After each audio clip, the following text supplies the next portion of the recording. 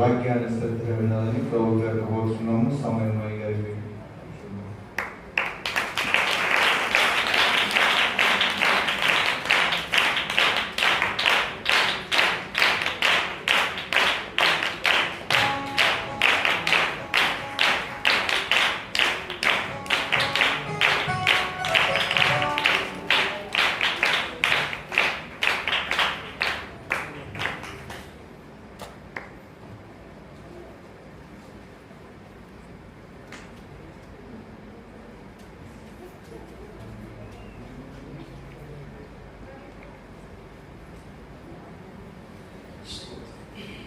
దేవుని పరిశుద్ధ నామానికి మహిమ కలుగును గాక.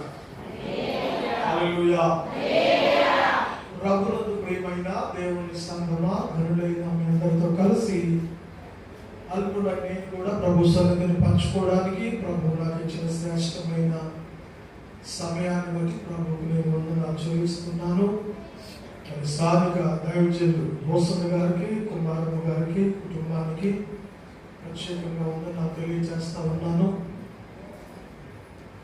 చక్కటి సంగీతం, మంచి పాటలు, ఆరాధన అందరూ కూడా ప్రత్యేకంగా వందనాలు.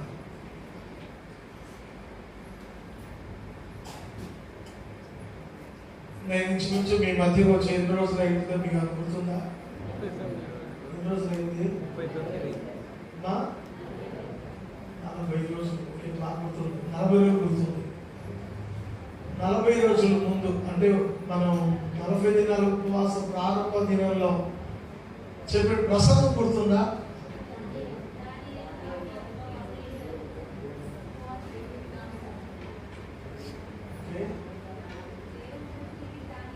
చాలా సంతోషం. మరి వాస్తవంగా ఈరోజు కూడా చాలా చోట్ల వర్షం పడింది. దేవుడు మనకు మాత్రం మంచి వాతావరణాన్ని ఇచ్చారు. అందరిని బట్టి మనం ప్రభువుని స్తుతించాలి. క్రైస్తవ భక్తి జీవితాల్లో ఉపవాసం అనేది చాలా ప్రాముఖ్యమైనటువంటిది.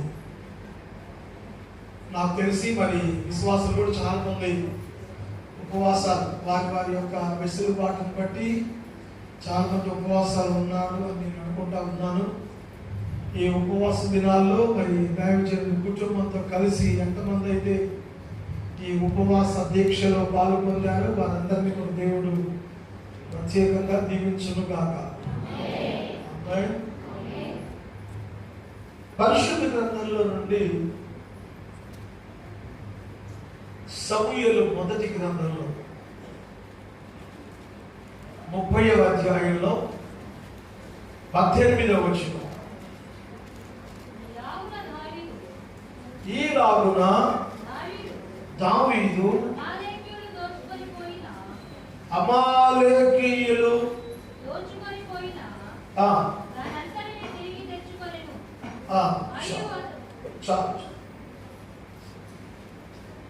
ఈలాగున దావీదు అమాలేకీయులు దోచుకొని పోయిన ధనంతటిని తిరిగి మళ్ళా సంపాదించుకున్నాడు. ఏవైతే వాళ్ళు పోగొట్టుకున్నారో ఏంటంటే కొంతమంది గోడకు చేరబడ్డారు, నడు పని చేయక చేరబడ్డారా, అంటే సమయానుకూలంగా నిద్ర వస్తే నిద్ర పోవచ్చులని చేరబడ్డారా? ఈలాగున దావీదు అమాలేకీయులు దోచుకొని పోయిన దానంతటిని తిరిగి తెచ్చుకొని, ఒక మాటలో చెప్పాలంటే పోగొట్టుకున్న ధనంతా మళ్ళీ తిరిగి సంపాదించుకున్నారు. చాలాసార్లు మన జీవితంలో సంపాదించిన దాన్ని పోగొట్టుకునేటువంటి వారిలో ఉంటాం. అందరూ కాకపోవచ్చు, కొందరైనా అలా ఉండి ఉండొచ్చు. కష్టపడి సంపాదించింది పోగొట్టుకుంటే అది చాలా బాధ కలిగిస్తుంది. ఇక బాధ ఎవరు తీర్చలేరు, ఎవరు ఓదార్చలేరు. ఇక్కడ కూడా చదవబడిన వాక్యాన్ని బట్టి చూస్తే వారు సంథింగ్ ఏదో మొత్తం మీద పోగొట్టుకున్నారు. పోగొట్టుకున్నారు కాబట్టి చాలా దుఃఖంలో, వేదనలో, బాధలో ఉన్నారు. అయితే దేవుని కృప ఏంటంటే పోగొట్టుకున్నదంతా మళ్ళీ తెచ్చుకున్నారంట. స్వాతంత్ర్యం అయ్యో పోయింది అనుకున్నంత మళ్ళీ సంపాదించుకున్నారంటే. ఇది ఈ వాక్యంలో ఉన్న మనకు అర్థమయ్యే సంగతి. దీని వెనుక దేవుడు వాక్యంలో నుండి మనతో మాట్లాడినట్లుగా మనం ప్రార్థించాం. ప్రభువా, వాక్యం మీది, మేము కూడా నీ ప్రజలు, మాతో వాక్యం ద్వారా మాట్లాడింది అని ప్రార్థన చేసుకున్నాం. ప్రార్థన. సర్వశక్తి కలిగిన మా ప్రియ పరలోకపు తండ్రి, మీ ఘననామాన్ని బట్టి మీకు వందనాలు, స్తోత్రాలు చెల్లిస్తున్నాను నాయన. నువ్వెంతైనా నమ్మదగిన దేవుడవు, గొప్ప దేవుడవు, ప్రేమ కలిగిన దేవుడవు. మీ ప్రజలు ఎవరు కూడా నష్టపోవడం అనేది మీరు ఇష్టపడరు తండ్రి. మీ పిల్లలు ఒకవేళ ఏదైనా పరిస్థితులను బట్టి ఒకవేళ ఏదైనా పోగొట్టుకున్నా మరలా నిన్ను బట్టి తిరిగి పొందుకునే అవకాశం నీలో ఉన్నది. నువ్వు కృప కలిగిన దేవుడవు. నీ యొద్దకు వచ్చిన వారిని ఎంత మాత్రం కూడా త్రోసివేయని దేవుడవు. ఇదిగో నీ సేవకుడు, నీ సేవకురాలు బిడ్డలందరూ ఉపవాస దినాల్లో ఇంతవరకు గడపడానికి కృప చూపారు. ఈరోజు ఉపవాస దినాల్లో ముగిస్తూ ఉండగా శారీరకంగా బిడ్డలు ఎంతగా అయితే నాయన బలహీనపడ్డారో, ఆధ్యాత్మికంగా అందుకు 100 రెట్లుగా మీరు బలపరిచి దీవించినందుకు స్తోత్రాలు. ముగించిన తరువాత రెట్టింపు శక్తి పొందుకొని పరిచర్యలో మునుపటి కంటే బలంగా వాడపడడానికి సహాయం చేయండి. సేవను దీవించండి. విశ్వాసుల కుటుంబాలను దీవించండి. దైవజనుల కుటుంబాలను దీవించండి. ఇచ్చిన సంతానాన్ని దీవించండి. సేవా సరిహద్దులు విశాలపరచండి. నేను కేవలము నిష్ప్రయోజకుడు నాయన, నన్ను మరుగుపరిచి మీరు మాట్లాడి మహిమ పొందును. యేసు నామములో ప్రార్థిస్తున్నాను తండ్రి. ఆమేన్. నేను ఇక్కడికి వచ్చే ముందు ఒక ఆమె నాతో ఫోన్లో మాట్లాడతా ఏడుస్తా ఉంది.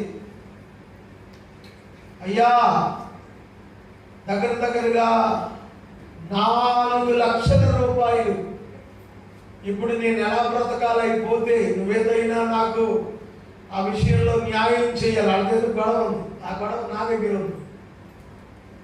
అది మన సహవాసంలోనే ఒక చర్చిలో గొడవ. ఏడుస్తా ఉంటారండి. భర్త లేదు, పాపం, పిల్లలు ఉన్నారు. కొన్నిసార్లు మనం కష్టపడి సంపాదించుకున్నది ఎవరో దోచుకొని పోతా ఉంటారు. చూడండి, పల్లెటూళ్ళలో కొంచెం పేదవాళ్ళు అనుకున్న వాళ్ళు, మధ్య తరగతి వాళ్ళు అనుకున్న వాళ్ళు ఏం చేస్తారంటే కాస్త పిల్లల పెళ్లిళ్ళ కోసమనో, చదువుల కోసమనో, వ్యవసాయం కోసమనో రూపాయి కూడగట్టుకొని అవన్నీ తీసుకెళ్ళి ఎవరో ఒకరి దగ్గర చీటీ పాటలను కడతారు. మీకు తెలుసా చీటీ పాటలు? తెలుసా? కట్టారా మీరు కూడా? చీటీ పాటలు కడితే ఒక సంవత్సరానికో 2 సంవత్సరాలకో ఒకేసారిగా కాస్త ఎక్కువ డబ్బులుగా చేతికి వస్తాయి, వాటితో ఏదో ఒక పని చేసుకోవచ్చు అనే ఆశతో చీటీ పాటలు కడతారు. కొన్నిసార్లు ఏం జరుగుతుందంటే ఈ కట్టించుకునే వాళ్ళు చాలా తెలివిగా అందరి దగ్గర డబ్బులన్నీ రాబట్టుకొని మూట కట్టుకొని రాత్రికి రాత్రి కూడా ఏం చేస్తూ ఉంటారు. ఇంకా అప్పుడు చూడాలి వీళ్ళ బాధ, లబో దిబో అని ఏడుస్తూ ఉంటారు. అలాగే అక్షయ గోల్డ్ అని, సహారా గోల్డ్ అని కొన్ని ప్రైవేట్ కంపెనీలు వాళ్ళు కూడా ఐపీ పెట్టేయడాన్ని బట్టి ఇప్పటికీ గవర్నమెంట్లో కేసులు నడుస్తా ఆ పేదవాళ్ళు ఆ సందర్భం వచ్చినప్పుడల్లా ఏడుస్తూ ఉంటారు. రూపాయి కోట కట్టుకొని వాళ్ళ దారగతం చేసామండి అని తిట్టుకుంటారు పల్లెటూరు. కొన్నిసార్లు కుటుంబంలో కొంతమందిని కోల్పోవడం అనేది మనం చూస్తాం. కొన్నిసార్లు ఆరోగ్యాన్ని కోల్పోవడాన్ని చూస్తాం. కొన్నిసార్లు సంతోషాన్ని కోల్పోవడాన్ని చూస్తాం. మొత్తం మీద మనిషి తనకు కలిగిన దాన్ని ఎప్పుడైనా ఏదైనా పోగొట్టుకున్నాడు అంటే దానిని బట్టి చాలా దిగులు పడడం, చాలా వేదన పడడం, కొన్నిసార్లు కన్నీరు మున్నీరుగా ఏడవడం అనేది మనం చూస్తాం. ఇక మన జీవితంలో తిరిగి అది సంపాదించుకోలేము అనే భయం, పోగొట్టుకున్నది తిరిగి సంపాదించుకోలేము అనేటువంటి ఆలోచన కలిగినప్పుడు కొంతమంది వాళ్ళ జీవితాలు చేతులారా ముగించేస్తా ఉంటారు. మీకు అర్థమవుతుందా? కొంతమంది ఆత్మహత్య చేసుకుంటారు. మా ఊరు ప్రక్కనే అన్నమయ్య డ్యామ్ తెగిపోయి మొన్ననే పెద్ద వరద వచ్చింది మాకు కడప జిల్లా. ఇప్పటికీ మా ఇంటి చుట్టూ నీళ్లు తగ్గల, ఇంకా బురద ఉంది, నీళ్లు ఉన్నాయి.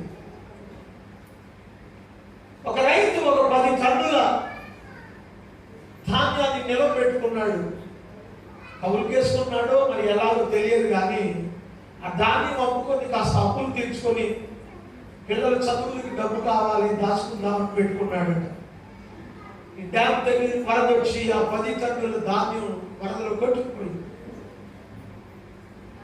ఇంకా బాధ తట్టుకోలేక ఆ అబ్బాయి తన కొడుకుతో కలిసి ఆ వరదలో తన కొడుకు చనిపోయాడు. చాలా విచారంగా. నేను 2 రోజుల క్రితమే ఆ డ్యామ్ దగ్గరలో ఒక చిన్న పల్లెటూరు, కులపుత్తూరు అని ఒక ఊరు ఉంది, ఆ ఊరు వెళ్ళాను. 200 కుటుంబాలు, అసలు వాళ్ళ ఇల్లు ఇక్కడ ఉన్నాయి అని చూపించడానికి కూడా గుర్తులేదు, అలా కొట్టుకుపోయి. ఒక టెంపుల్లో పూజారి కుటుంబం 9 మంది, భక్తులు 16 మంది, 17 మంది, మొత్తం 26 మంది, అందరూ చచ్చిపోయారు. అసలు ఆ గుడి నామరూపాలు కూడా లేదు. అక్కడికి వెళ్ళి నేను మీకు వీలైతే వీడియో పెడతాను, మీ వాస్తవం తర్వాత చూడండి. అసలు ఆ గుడి ఇక్కడ ఉందని చూడడానికి కూడా ఆత్మలు లేకుండా 100 కుటుంబాలు నిరాశ్రయులైపోయారు. తినడానికి లేక వాళ్ళు ఏడుస్తుంటే, వాళ్ళు చెప్పి బాధపడుతుంటే నాకు చాలా వేదన కలిగింది. అసలు వాళ్ళకి చెప్పొచ్చాను, ఆ పరిచయం తరపు నుండి మీకు కొంత ఆహారపు వస్తువులు అన్నీ ఈ కుటుంబాలకు మేము నాకు చేతనైనంత వరకు సహాయం చేస్తామని వాళ్ళకి చెప్పి అవన్నీ వాళ్ళతో మాట్లాడి ప్రార్థన చేసి రావడం జరిగింది. వాళ్ళు ఏడుస్తున్నారు. యా కట్టుబట్టలతో వచ్చేసాను. కొంతమందికి మా కళ్ళ ముందే కొట్టుకుపోతుంటే రక్షించడానికి వీలుగాక తలుచుకుని ఏడుస్తాం. ఇక మా జీవితంలో మళ్ళీ మేము సొంత ఇల్లు కట్టుకొని ఉంటామా అని ఏడ్చేవాడు. కష్టపడి సంపాదించుకున్నది మనం కోల్పోతే చాలా తీరని దుఃఖం కలుగుతుంది. ఇక్కడ కూడా ఏదో జరిగింది. మొత్తం మీద దావీదును నమ్ముకొని ఆయనతో పాటు కొంతమంది సమూహం ఆయనను వెంబడిస్తా ఉన్నారు. కుటుంబాలుగా వాళ్ళందరూ దావీదును వెంబడించి వచ్చి సిక్లగు అనే ప్రాంతంలో నివసిస్తా ఉన్నారు. ఓ సందర్భంలో దావీదు తనతో ఉన్నటువంటి పురుషులందరినీ తీసుకొని వేరొక ప్రదేశంలో ఉన్నప్పుడు అమాలేకీయులు అనబడిన వారు దండెత్తి దావీదు తనతో ఉన్న కుటుంబాల యొక్క ఆస్తి అంతటిని దోచుకొని వెళ్ళిపోయారు. ఆస్తి దోచుకొని పోవడమే కాదు, వాళ్ళ యొక్క భార్యలు పిల్లల్ని కూడా తీసుకుపోయారు. దావీదు తనతో ఉన్న సమాజం అంతా తిరిగి ఆ సిక్లగు ప్రాంతానికి వచ్చేటప్పటికి గుండె చెరువైపోయింది. వాళ్ళకి గుండెలు బద్దలయ్యే పరిస్థితి వచ్చింది. ఏమిటో తెలుసా? ఒక ఇంట్లో కూడా ఆడవాళ్ళు లేరు, ఒక ఇంట్లో కూడా చిన్నపిల్లలు లేరు, ఒక ఇంట్లో కూడా ధాన్యం లేదు, ఒక ఇంట్లో కూడా బంగారం లేదు. అన్ని దోచుకొని వెళ్ళిపోయారు. వాళ్ళు పోతూ ఏం చేశారంటే వీళ్ళ యొక్క నివాస స్థలాలకు నిబంధి చేశారు. ఇళ్ళన్నీ కాలిపోతా ఉన్నాయి. కట్టుకున్న భార్య పిల్లల్ని పోగొట్టుకొని, ఆస్తిని పోగొట్టుకొని, కళ్ళ ముందు ఇల్లు కాలిపోతా ఉంటే ఎలా ఉంటుందో ఒకసారి ఆలోచించి. ఎవరు తీరుస్తారు ఆ బాధ? ఎవరు బాధించగలరు వాళ్ళని? కొన్నిసార్లు అయిన వాళ్ళను పోగొట్టుకున్నప్పుడు ఆ బాధ ఎలా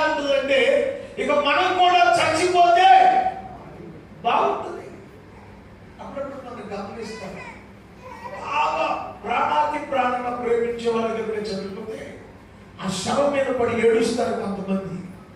ఒరే నన్ను కూడా తీసుకొని పోయావా అని ఏడ్చే వాళ్ళని మనం చూస్తాం. కొంతమంది ఏడవడమే కాదు, ఆ చనిపోయిన వాళ్ళ మీద ఉన్న బాధ ప్రేమతో వీళ్ళ ప్రాణాలు కూడా పోతాయి. మీరు ఎప్పుడైనా విజయవాడ బస్సులో వెళితే కంచనిచ్చర్ల దాటక మునుపు మీకు ఎడం చేతి వైపులో ఒక సమాధి కనపడుతుంది. దేవినేని రమణ ప్రణీత అన్నది పేరు. ఆయన తెలుగుదేశంలో ఒక ఎమ్మెల్యేగా ఉన్నప్పుడు ఒక ప్రమాదంలో చనిపోయాడు. చాలా మంచి వ్యక్తి, పేద ప్రజలకు చాలా సహాయం చేసిన మంచి నాయకుడు. ఆ చనిపోయిన వార్త ఆ భార్య తట్టుకోలేక ఏడ్చి ఆవిడ కూడా చనిపోయింది. ఇద్దరికి కలిపి ఒకే చోట సమాధి కట్టారు. నిజంగా అయిన వాళ్ళని కోల్పోతే వచ్చే బాధ ఎంత భయంకరం అంటే, ఈ బ్రతికే కంటే చాలా మంచిది అనుకుంటారు కొందరు. ఇక్కడ కూడా అదే పరిస్థితి. దావీదుతో ఉన్న వాళ్ళందరూ కూడా చూస్తూ ఉన్నారు. వాళ్ళ యొక్క గుడారాలన్నీ కాలిపోతా ఉన్నాయి. వాళ్ళ యొక్క ఆస్తి శత్రువులు దోచుకుపోయారు. వాళ్ళ భార్య పిల్లల్ని కూడా శత్రువులు ఎత్తుకొని పోయారు. కన్నీరు మున్నీరుగా ఏడుస్తా ఉన్నారు వీళ్ళందరూ కూడా. కోల్పోయిన తమ భార్యలను బట్టి, పిల్లలను బట్టి, ఆస్తిని బట్టి, తెగబడిపోతున్న వాళ్ళ ఇంటిని బట్టి వాళ్ళందరూ ఏడుస్తా ఉన్నారు. ఎంతగా ఏడుస్తున్నారో తెలుసా? ఒకసారి ఆ 30వ అధ్యాయంలో 4వ వచనం మనం చదివితే, ఇక ఏడ్చుటకు శక్తి లేకపోవునంతగా, అయ్యో వాళ్ళు ఎంతగా ఏడ్చారు అనేది అక్కడ వ్రాయబడింది. ఏడ్చుటకు శక్తి లేనంతగా అంటే ఏడ్చి ఇక ఏడవడానికి లోపల నుండి శబ్దం రావడం లేదు. కొంతమంది ఏడ్చి ఇక ఏడుపులు ఏడవడానికి గొంతు కూడా రాక కింద పడిపోయి మూర్చపోయి మూలుగుతా ఉంటారు. అలాంటప్పుడు చూడడానికి వచ్చినట్టు, రే పాపం వాడితో పాటు ఇది కూడా చచ్చిపోయేటట్టుందిరా, కాస్త నీళ్లు పట్టించండిరా, ఆ గొంతు ఎండిపోయి చచ్చిపోయిందేమో అంటారు వచ్చినట్టు. వీళ్ళ పరిస్థితి ఎలా ఉందంటే, ఆ కోల్పోయిన భార్య, పిల్లలు, ఆస్తి అంతటిని బట్టి ఏడ్చుటకు శక్తి రాదు. ఒకసారి మన జీవితాల్లో కూడా మనం ఎదుర్కొనే సమస్యలను బట్టి ఇలా ఏడుస్తూ ఉంటాం. మనం కూడా మనకు వచ్చే కుటుంబ సమస్యలు కావచ్చు, శారీరక సమస్యలు కావచ్చు, ఆర్థిక సమస్యలు కావచ్చు.